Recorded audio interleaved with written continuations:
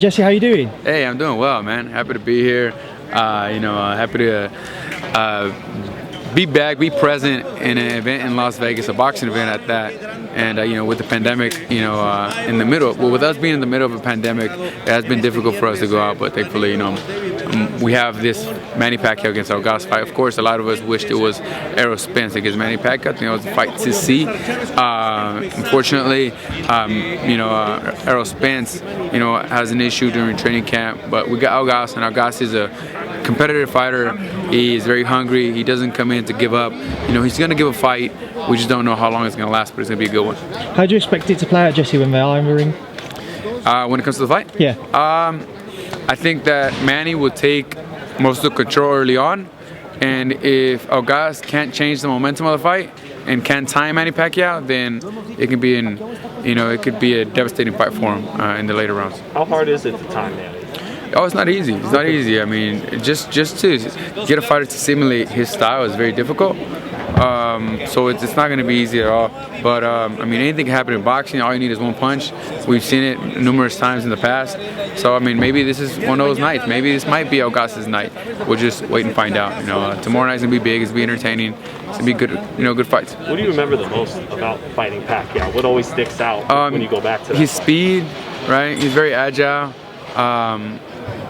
It was very easy for him to move left and right, up and down, and which meaning that his feet work is just very surprising, and it was difficult to catch him because the minute you let a punch go, it kind of jumps out of range already. So you just got to time him down perfectly. Well, Keith Thurman was saying that he actually thinks the length of Ugas will help him a lot.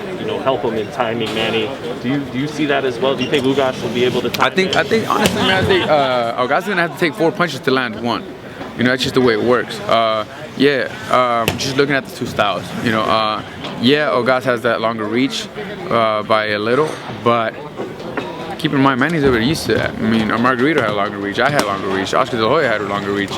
And he was able to use his lateral movements to his benefits to get in and out of the way and left and right to where you had to really position yourself quickly in order to land a big punch on him, which ultimately that was the thing to do. Ugas does have great body shots. He can work inside really well. Manny Pacquiao doesn't work inside very well, so that's something to keep in mind. Maybe Ugas does that, and if he does it, he might have to sacrifice a little bit of defense for that. And eventually, hopefully, for his sake, he's able to land a punch. Did you ever spar with Ugas out here in Vegas? Nah, we did it. We were going to set up some sparrings, but he was out of camp when I was getting into camp. And then, so unfortunately, we weren't able to. It would have been nice. I'm sure it would have been entertaining, but I haven't done it yet. Jesse, would you say that was the hardest thing to get used to fighting Manny Pacquiao, was the angles? The angles and the speed and the experience. It's a numerous things. Manny's special. He's a unique fighter. He's a phenom. So it wasn't easy. Still at 42, you see him. He's killing it. He's doing very well. He's showing that he still has the explosive power, the speed, the agility. It surprises me because he's still fighting as a young man. He looks like he's 26 when you see him inside the ring, but he's actually 42. Whatever he's doing, we're gonna find out what that magic it is. I'm not saying anything negative, or I'm just saying he has father youth on his side. That's what he has. Him at 42 years old and able to perform the way he has been doing. Thurman was one of the top guys in the division, as you all know, and you all thought he was pound for pound, on top of Errol Spence actually, and he lost that fight. Errol Spence jumped up top, and so Manny's been taking on tough challenges. I give him my respect for it. He's just continuing to look for more difficult tasks in front of him. Let's quiz real quick.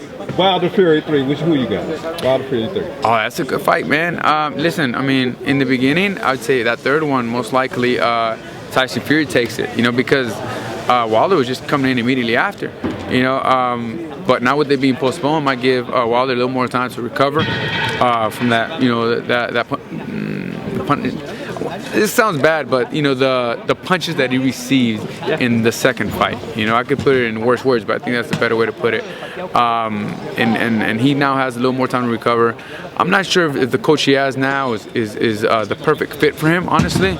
just from what I've seen in the training sessions. In that same fight, who do you feel more pressures on, Wilder or Fury, for this third one? Why is that? That is because I don't think he's as experienced as a trainer as Wilder thinks he is. You know, just from seeing some of the work that they've been doing. But again, I mean, as long as he gives him the confidence he needs, and that's all he needs. I mean, he is doing a good job, but there's certain things, details that I see, you know, in the technique that are definitely not beneficial for Wilder.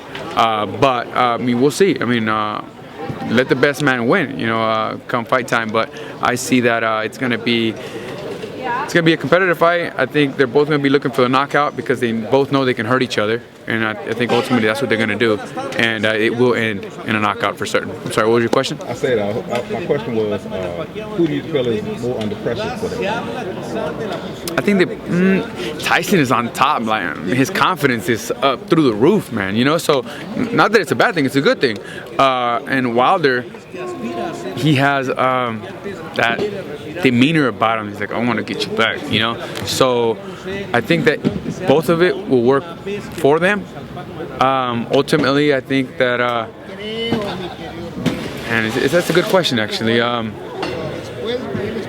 Tyson knows what he has ahead of him, and Wilder knows what he has to do to prove people wrong. So what's gonna win? The confidence that he has, that Tyson has, or the grit in which Wilder will come back with, you know, that fire that he will come back with. So it's going to be interesting to see, but definitely Wilder's going to have to add a little more agility to his style in order for him to do something better, at least in my opinion.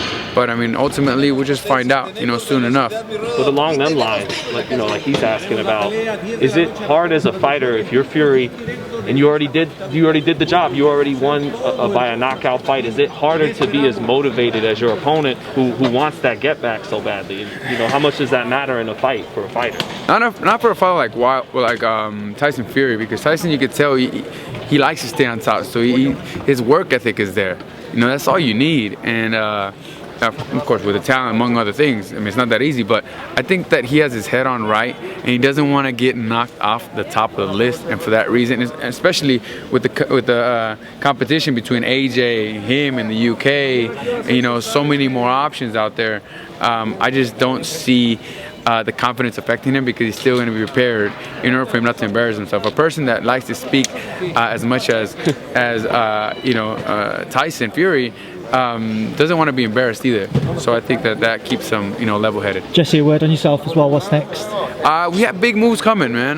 You know, I hope that we get a fight soon, but in the meantime, I think we're going to do something bigger and greater than boxing, you know, honestly. And I want to keep my fans updated. Soon enough, you know, you'll hear the great big news that I have coming. Give me about a couple more weeks, and it's going to be huge. I wish I could tell you now, but, you know, give me a couple more weeks, and I'll let you guys know what's in the works. Go on, Jesse, you can tell us now. Yeah. I will. It's bigger than boxing, though. It's something that I really get enjoyment from. It's something that I do feel that is for the greater good and for my community. You know, it's gonna be great, man. I have great things coming. As you know, I always try and help out as much as possible. You know, I think that's what my next step would be, along with boxing. Ultimately, I believe this fight here might be one of Canelo's most difficult fights, with the exception of Kovalev. But I think this fight was going to be difficult for him to not so much what he's being, what's coming at him, meaning punches, but the patience he's going to need to have in order for him to actually land the punches that he wants. I think Caleb, you know, is very slick, man. He might surprise him in certain ways, but Canelo is Canelo. We most likely think that he will eventually catch him. I think it's going to be difficult for him to catch him, but we'll wait and see. We'll wait and find out. I know you said, you know, he'll be difficult in part because he's not going to take too many chances, Caleb. Exactly. But do you think he can punch with Canelo in exchange? He should never do that. I don't mean toe to toe, but I just mean he has the speed to in exchanges get off as well, not just have to shell up and wait for his turn. Or what do you think, Jesse? I think he's gonna have to use a lot of feints, a lot of defensive moves, ultimately to he's gonna use timing. He's gonna walk the ring, he's gonna move around, he's gonna touch him he's gonna just feint him every now and then, touch him a little here, nothing hard, eventually to look for a hard shot. Most of the shots will be straight, I'm sure. It's just with a fighter like Canelo and then Caleb, you got to use his fortitudes against Canelo. and make sure that no weaknesses are exploited. So with that being said, he needs to stay on the outside, touch him every now and then, just make points and you know, get out of the inside of the fight, because Canelo will catch you and it will hurt you.